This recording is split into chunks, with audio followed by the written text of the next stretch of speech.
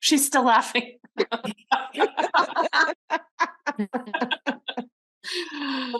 That's so funny.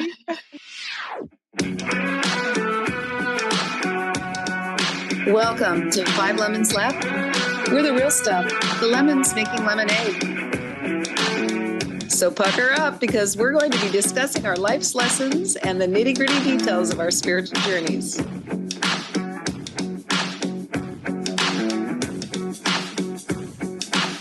Hey y'all, I'm Amanda. And I'm Drusilla. I'm Melissa. Hello, this is Morgan. And I'm Penny. Welcome to our podcast today.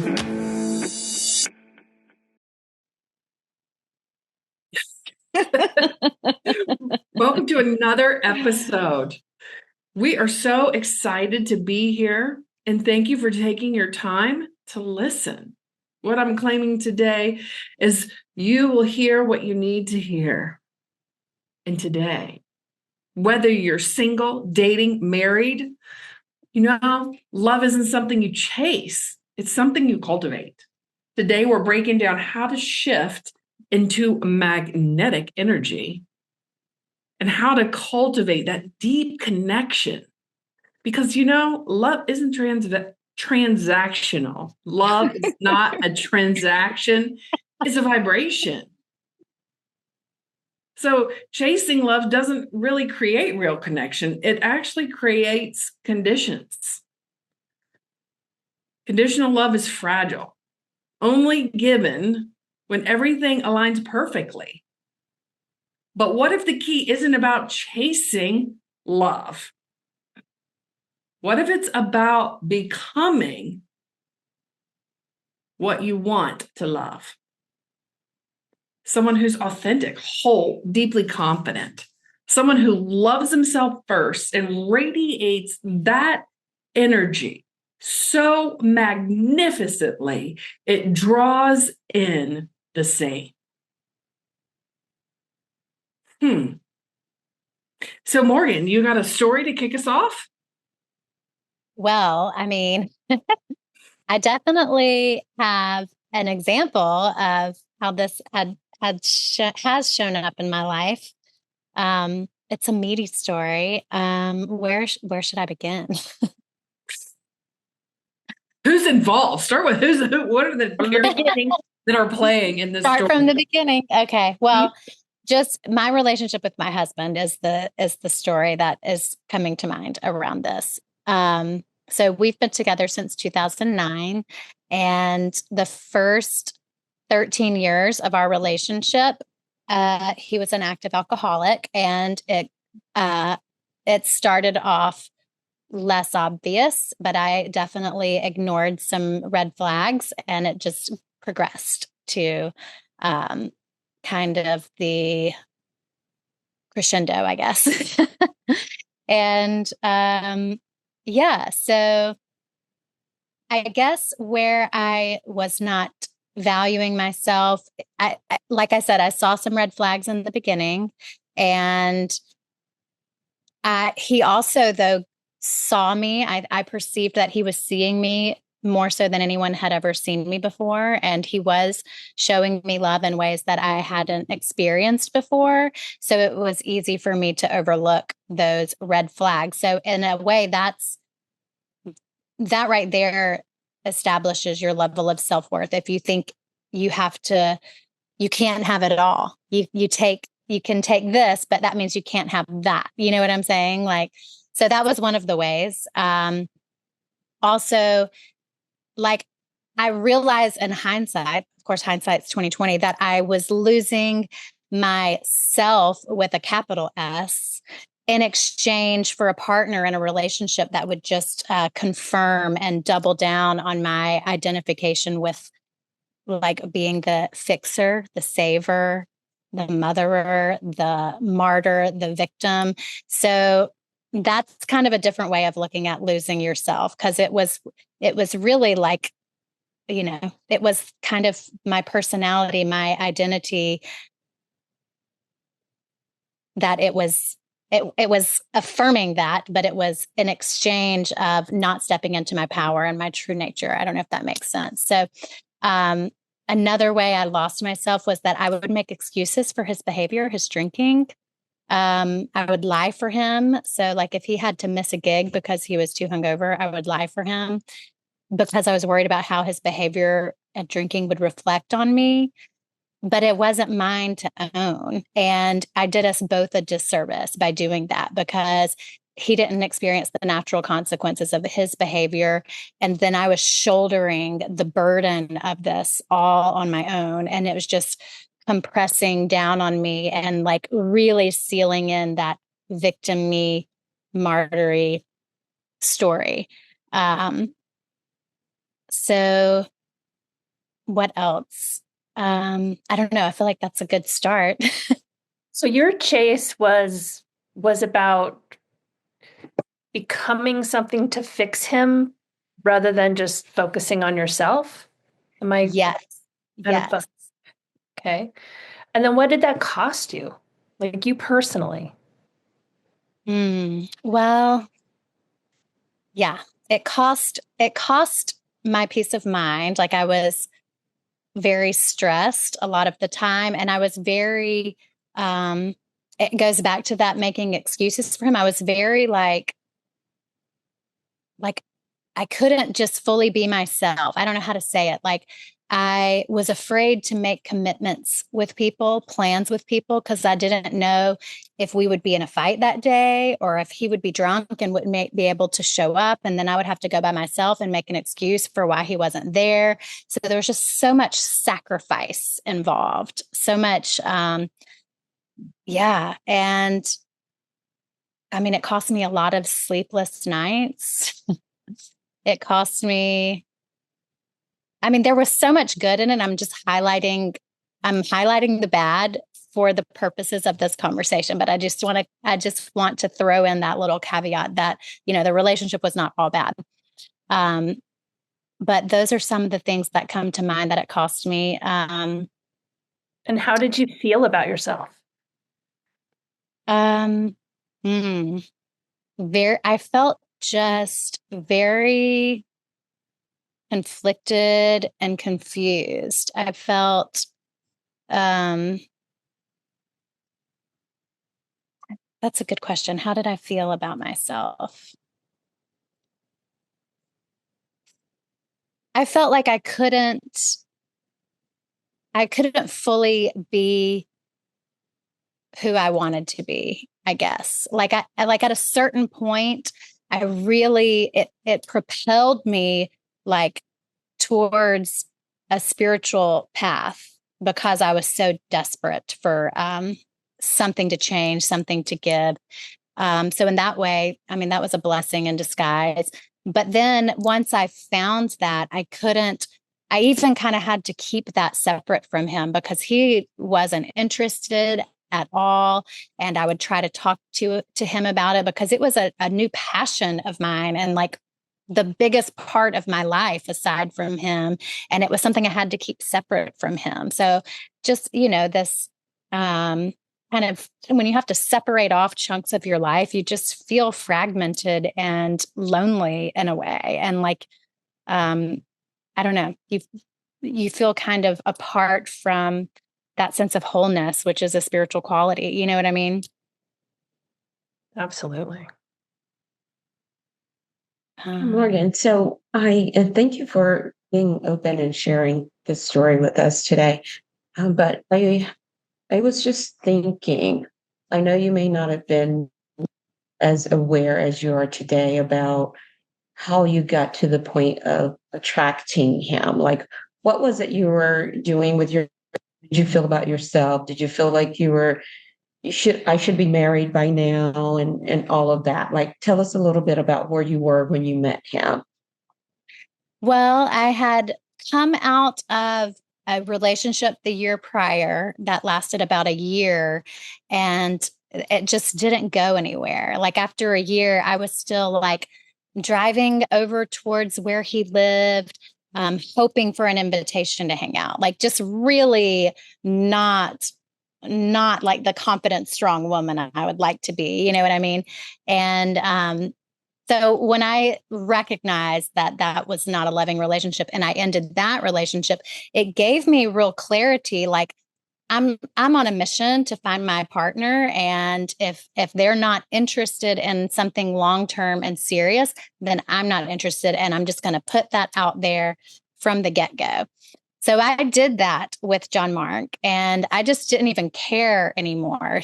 So I knew that I was looking for a long-term person, but I still, like, when I reflect back in hindsight, I can still see how much I felt incomplete without a partner, and how I was like doing all these twisted things for the sake of the relationship. That if a young girl came to me and was talking to me about her relationship and telling me that she was doing these things, I would be like, girl, no.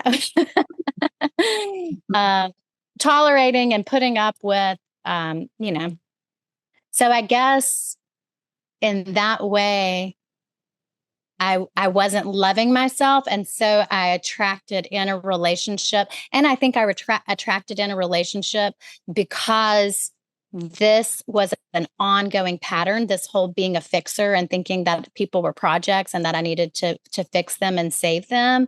That was an ongoing pattern. And I think it was ready to like come up into my face and be healed. So I like to think there might have been a shorter version to healing that, because it was 13 years before, John Mark and I quit drinking and started to turn the corner in our relationship. But I think that was my point of attraction. It was like time for this to heal, time for this to come to the surface. I don't know if that answers your question. Yeah. Yes, totally. I love that story because it's really descriptive. Like it goes back to like looking for someone to complete you or me, right? Like he completes me, right? And even saying it sounds like yearning and searching and beseeching, like it doesn't sound. Yeah. So if that's how you got into the relationship, like in the middle, like you said, you started on your spiritual journey, how did your internal stuff start switching? How did your internal talk or how you felt about yourself start switching? Well, I think the biggest thing for me was recognizing my part in it, and recognizing that, that you complete me thing, that is codependence. Recognizing that, we were drawn to each other because we completed each other's stories about ourselves. Like he had the recurring pattern of being the perpetual fuck up who couldn't get anything right. And I had the perpetual pattern of being the fixer, the saver, also the victim and the martyr. And so we just did this lovely little dance that seemed to fit perfectly together. So the things that started shifting when I really doubled down on my spiritual practice and my prayer, journaling, meditation work, what was becoming clearer was that pattern, like how attracted to it I was. And even being aware of it, how easy it was to get sucked back into it. So I just became more clear that I did not want to be the fixer anymore. I didn't want to be a victim anymore. I didn't want to be a martyr anymore. And so I just slowly started to kind of more and more find my power, stand in my power. I mean, it's kind of an ineffable process. Like everybody has their own spiritual journey, and it's kind of hard to describe how that unfolds, but that's sort of part of it. Did you have a bottom? Like, did you hit a bottom with John Mark, or like, how did you just start going, enough's enough, or I got to do this differently? Yeah. Well, there were things that became clear to me from the spiritual practice that that were kind of paving the way for my readiness, I would say, because I, like everybody talked about boundaries. I knew the concept in theory, but I didn't know what an example of a good boundary was and how to enforce it as it relates to this particular issue. And I wasn't, and the only thing people told me was that I had to end the relationship, and I wasn't ready to end the relationship. I still loved him and really was attached to the relationship in its form as, you know, as husband and wife. So, I got some clarity that helped me become ready and accepting of whatever outcome, I guess I could say.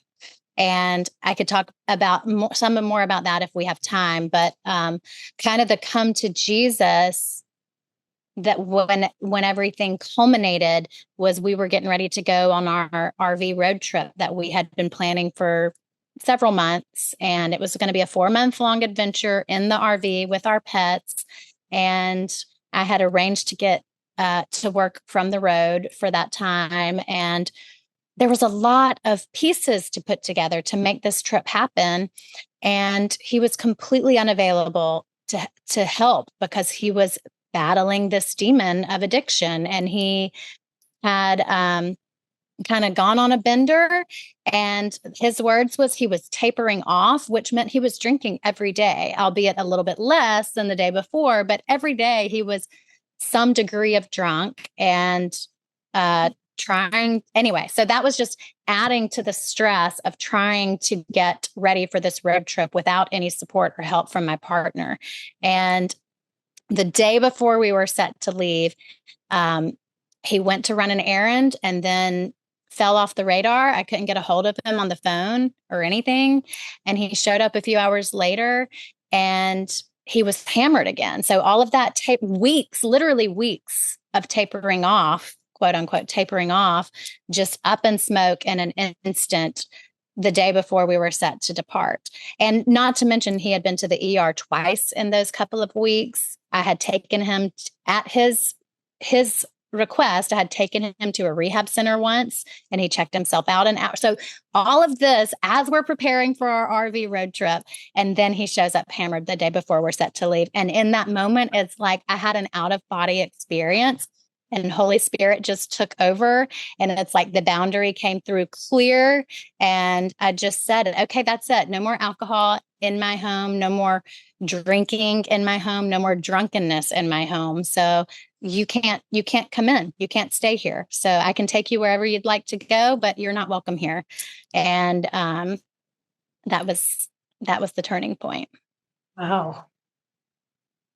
I mean, that's amazing. And it sounds like a whole bunch of stuff had to happen to get to that point, to like have the confidence, right? Because I remember in my relationships when I start with my husband, when I started on the spiritual journey, like you said, like there was a hiding, like not sharing that, because I had a fear of loss. I had a fear of like, how is all of this going to shake up, change up? Like, yours was certainly like an extreme example, but there had to have been little steps in there of, like, how did you, or what did you do to help yourself with that fear of yeah.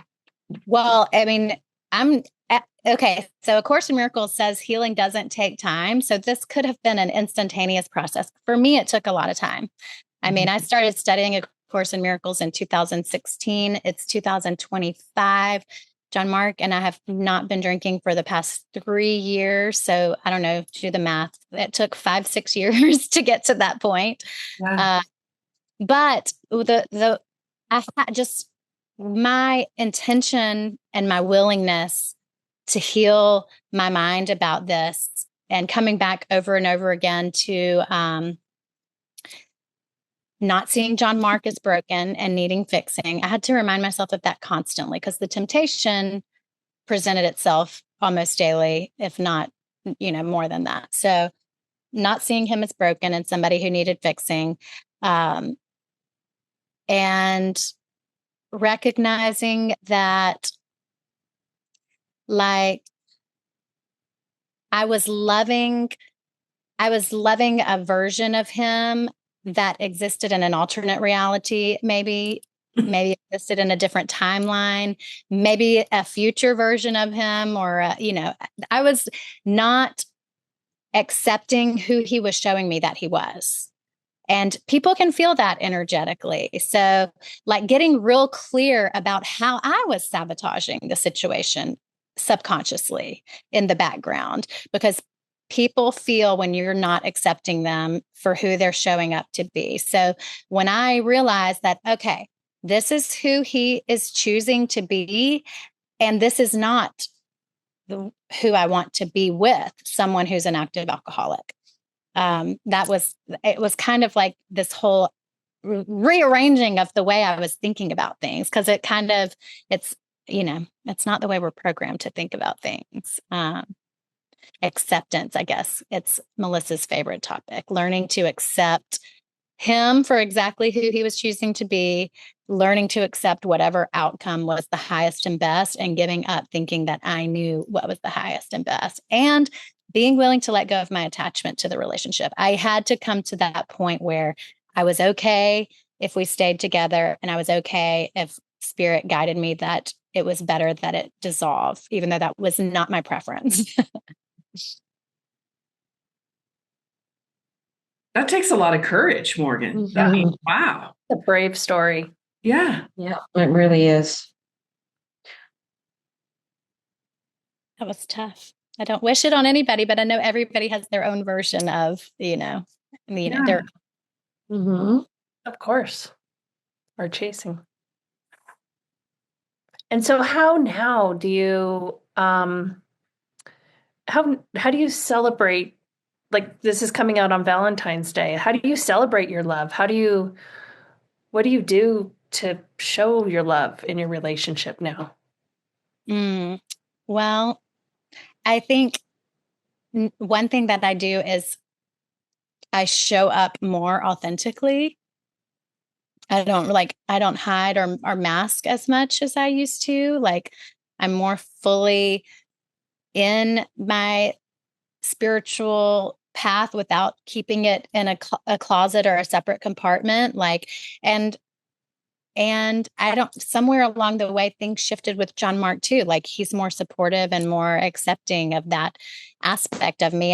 And dare I say, even like loves that side of me. You know what I mean? Like, so just, I think I had my own fears about that I was projecting and then I was experiencing from him. But when I became very like at peace and at ease with how I wanted to show up, then it made it possible for him to accept that part of me. So just showing up authentic, like being more willing to show up authentically and as how I would like to show up, who I would like to show up as. Does that make sense? Oh, that's awesome. Mm-hmm.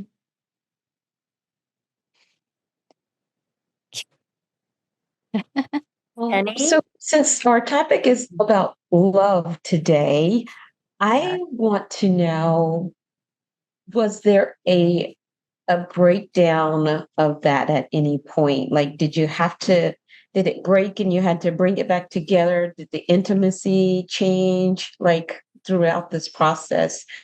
How did the show of love and affection and intimacy, did it remain consistent or did you pull back? Like, how did that part work out?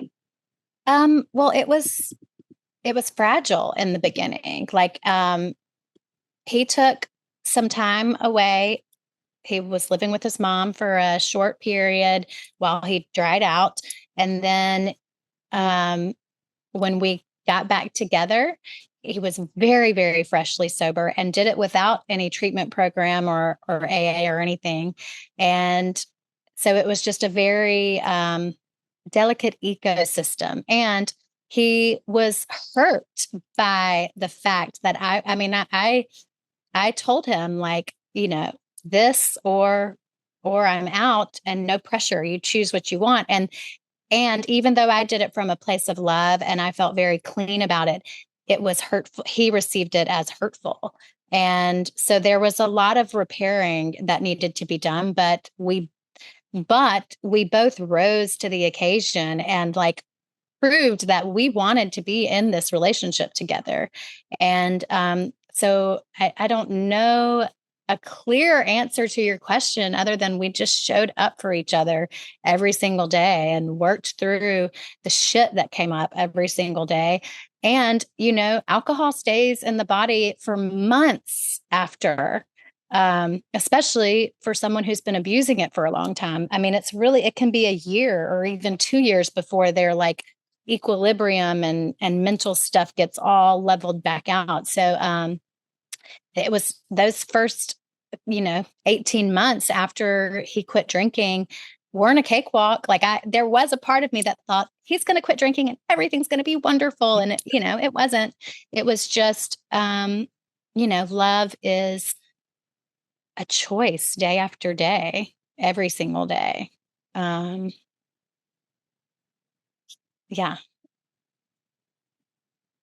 That love is a choice. Yes. We know that, but we don't often let that be the deciding factor about it.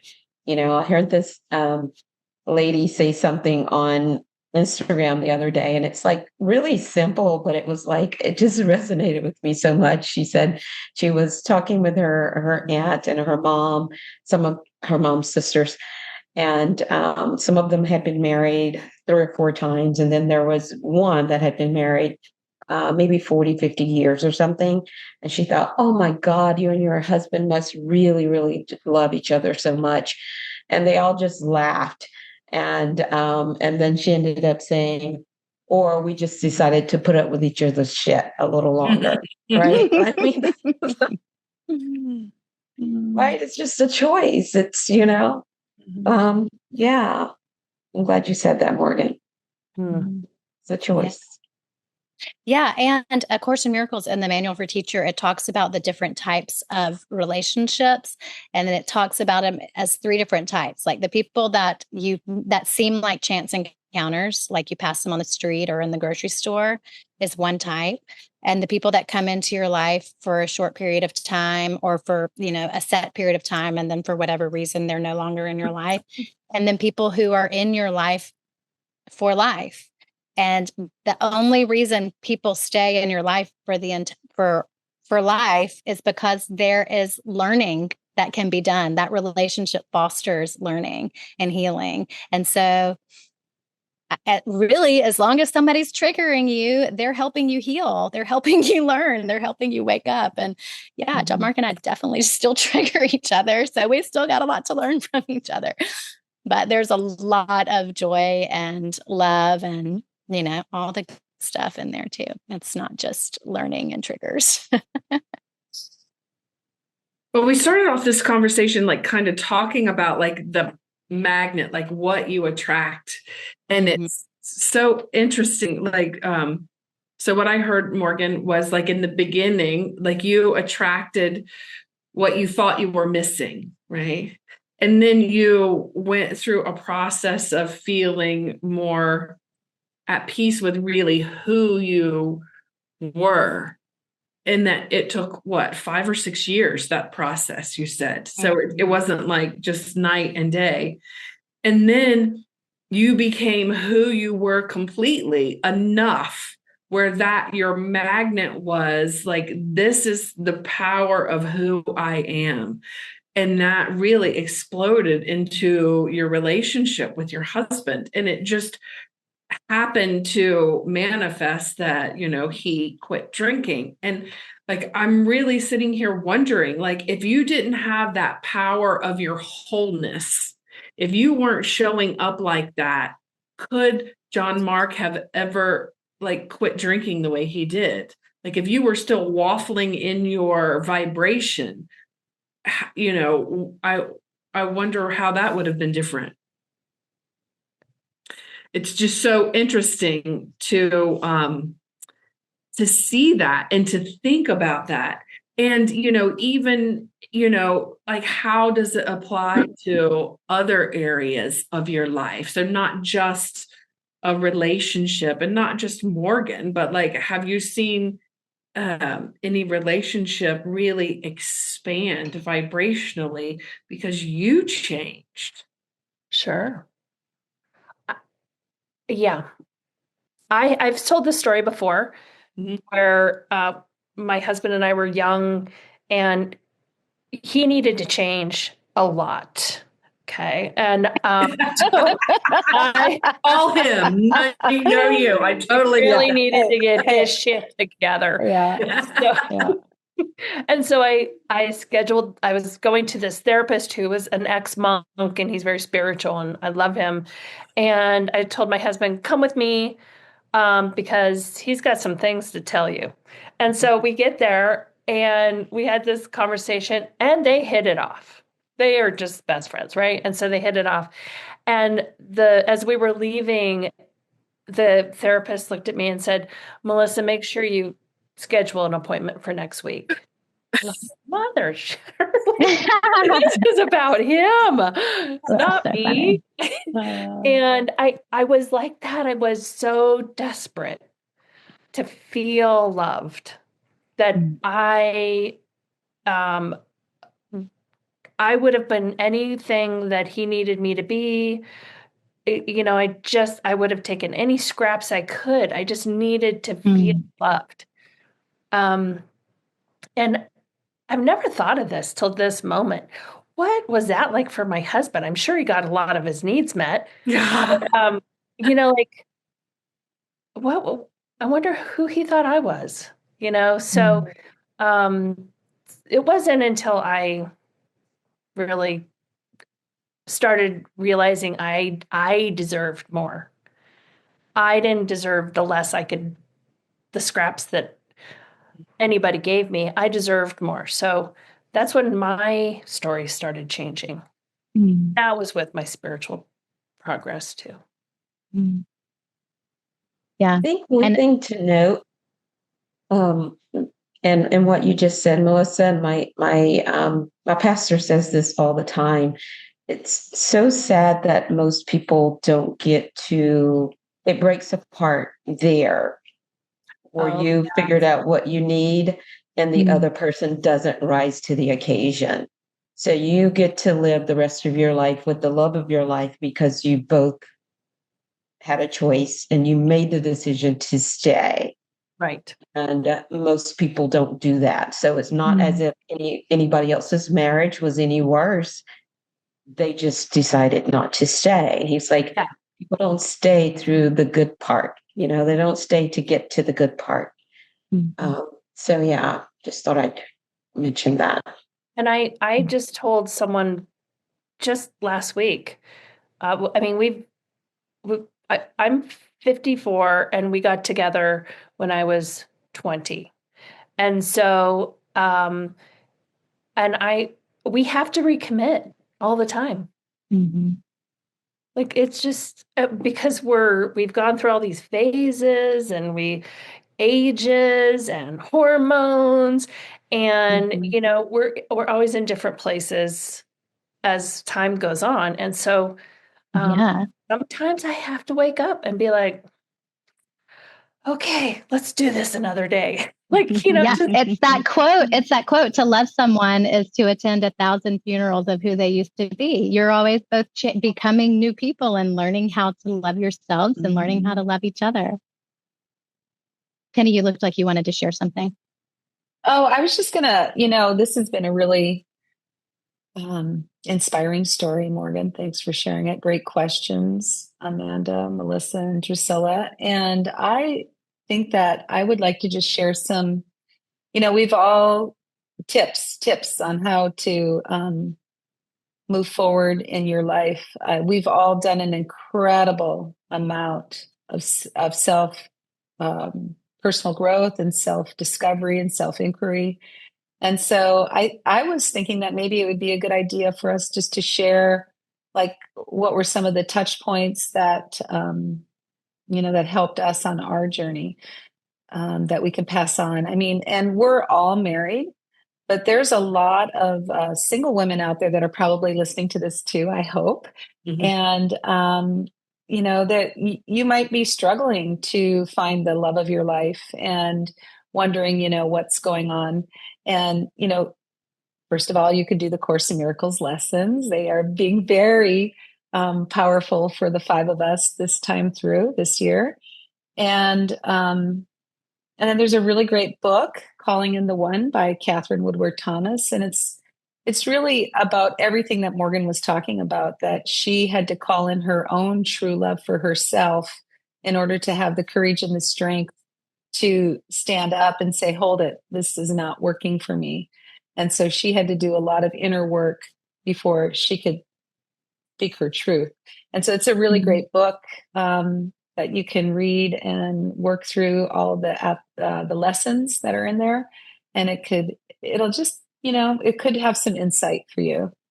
And then another book, and Penny can coach you if you want to go deeper. Well, that's true too. And another one too is Attached. You talked a bit about, Morgan, how you were attached to John Mark, and how you knew that there was something there that wasn't quite right. Well, there's a whole book about attachment principles, and it's called Attached. It's by Armour Levin, and there's the 3 main attachment styles are anxious, avoidant, and secure. And this book, I gave it to both my daughters. One's 31 and one's 26. My 26-year-old was giving copies to all of her friends because it really provided her with a lot of insight onto some of her relationships that she's been in, and how she can, it just opened her up to a whole new way of looking at life when she's looking at attaching to someone. Mm-hmm. But anyway, those are just a couple of things I wanted to share. And because this, I think people need tools and need to understand that it takes a lot of work to stay in a marriage. Mm-hmm. I love that. And I want to reiterate a tool that I said, and that is to figure out your ego, identity, personality, attachment. Like, who are you attached to showing up as? Because that's like where you're attracting those codependent relationships. Like, this is not a story that just pertains to people who are in relationship with addicts or alcoholics. Like, codependence is rampant in 99% of relationships. And it's that magnetic attraction that this whole episode is about. I was attracting from that limited space of wanting someone who is going to affirm my story, that I can save them, I can fix them, and then I'm also like a victim. And as soon as I decided I was no longer interested in that story, and I stopped, I just stopped, like, whenever John Mark showed up as that mirror image, I just wasn't here for it. I wasn't taking the bait and going. But then he had to show up in the new way that I was attracting. Does that make sense? Like, that's a part of that, the being the magnet that we're talking about. Like, I stopped wanting to be the victim of the story. I stopped wanting to be the fixer. And he chose to show up in that new way, which doesn't always happen. Like Drusilla was saying, doesn't always happen. Yeah, and it was a practice. It was an adjustment period. There was an adjustment period that took place for sure, because he kept trying to show up in the old way that we were both used to, and it would sometimes suck me back in, and sometimes I would have the awareness. But yeah, with practice, with time, I feel like we've moved out of that. Not that it doesn't occasionally still show up. What about the rest of you? Any tools? Well, Morgan, I want to go back to you standing in your power just made it even accessible for him to stand in his power when it was time. So I just want to applaud you for that, right? Because that's what we're talking about. That's the magnet attractor factor that we're talking. Because in my personal relationship, and Morgan, you said this, I noticed a shift in my relationship got better because my husband and I have been married 26 years now. And, when I started on my spiritual journey, when I stopped seeing him as broken, seeing him as needing to be fixed, seeing him as like, I need to change him, like, that was hard for me to do. That took a lot of practice. And by doing that, it really allowed me to notice that, like, I'm okay who I am too. Like, I don't need to be fixed, right? It was me learning by practicing with him. It also was a practice in myself, like accepting myself for who I am. And then it became easier to speak my truth. So if, relationships are relationships, it got easier for me to say, hey, that's not cool. Like, no, that's not allowed. Like, you're not allowed to speak to me in that tone or whatever it was, right? Husband and wife stuff. But before that, I never really had, like, I would either wait for it to blow up, or like me, I'm a shutter down. Like, I don't like I shut down. And however that shows up. But so that's my number one relationship thing, turning point. Accepting people as they are, accepting myself as I am. And then that really allowed me my voice, because it's the courage to, like, this is who I am, and the people around me can show up or not show up. That takes a lot of courage. Yeah. Drusilla? Yeah, I would have to say that my experience with my now husband, we've been married for 13 and a half, it'll be 14 years in May, has mirrored Morgan's, aside from the fact that the alcoholism wasn't, but, and I would say it's still more recent and more prevalent because there is not something that you can just pinpoint and put your finger on, right? So it's a little more inconspicuous, and it comes across as more judgmental for that reason, and I never thought about it until now, that because while you were telling the story, Morgan, I see all the same parallels, and in my mind I'm like, well, mine doesn't, I can't put a bow on it. Like, I keep put it in the package, I put a bow on it, right? And that's what that's what came into my awareness. It's because I do dance between, am I judging him based on his characteristics, his flaws, and not accepting my own? And then sometimes I'm really, really clear. The boundaries are there. I hold to it. And then, yes, I do get sucked back in. But then again, it becomes a little murky as to whether I'm being judgmental again, So I do feel like me not being in the closet with my spirituality and my growth and how I'm choosing to show up, I'll have to say that is a driving factor in setting the boundaries and making sure that the boundaries are clear, and always been authentically myself and not being that fixer person, and the person who is untrustworthy. I know you've all heard me tell the stories about a therapist that we went to very early on in our marriage. And he just pointed to the fact that I somehow, as a child, I guess, I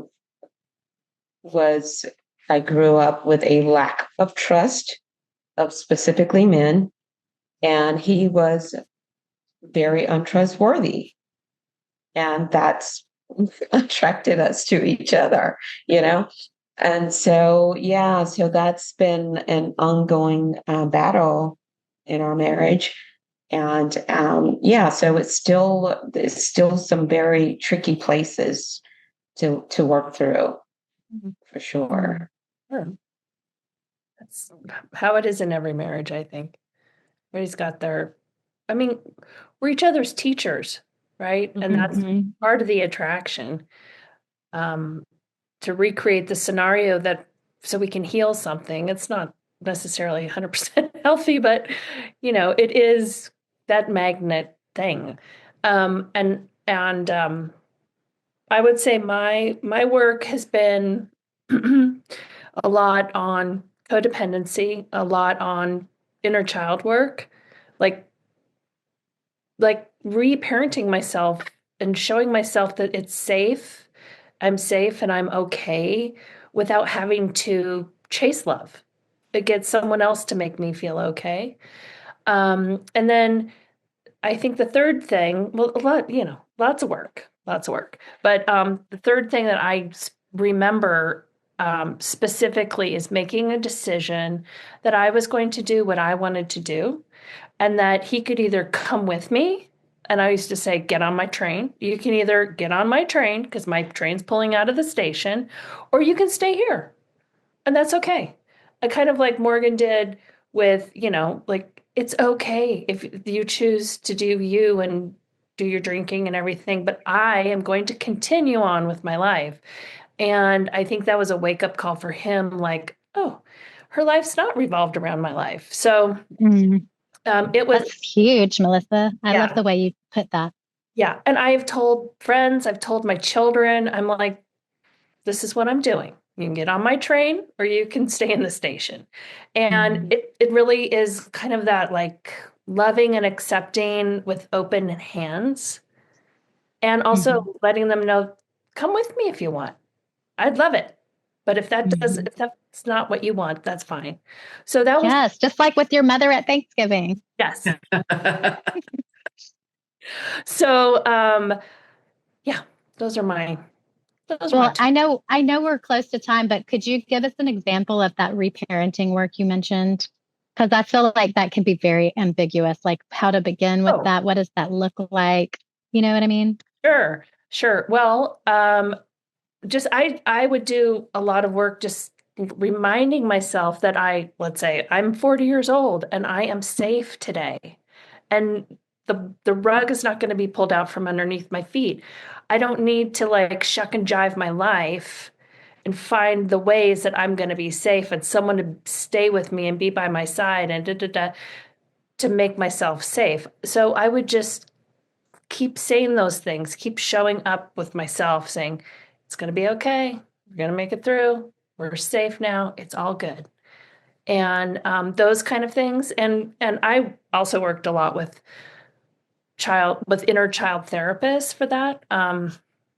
Because I think like Drusilla, I had a lot of broken trust and a lot of like unsafe times in my childhood that it was just how I viewed life. It's how I look through my glasses, So that's the work I did. Wow. Powerful information today. Powerful insights, tools. Yeah. So I have a couple Post-its. Yay, my favorite. I love you, Amanda. First, love is a vibration, of course, and love is a choice. They're pretty. I like your stars today. Yeah, got some new ones. Love is a choice. And then I think the mantra for this episode is I choose love. I choose love. I choose love. I choose love. Love. I choose love. Love, love, love. Yep, that's all there is love. Anyway, thank you so much for joining us today. And we really appreciate your being on this journey with us. Please share any of your insights or how you choose love in your life on our website. You can go to fivelemonslaughing.com and you can or post on YouTube or any of the other podcast platforms. We're on them all because we want to spread the love, right? Next week, we are going to be talking and exploring about not accepting less than you deserve, red flag relationships.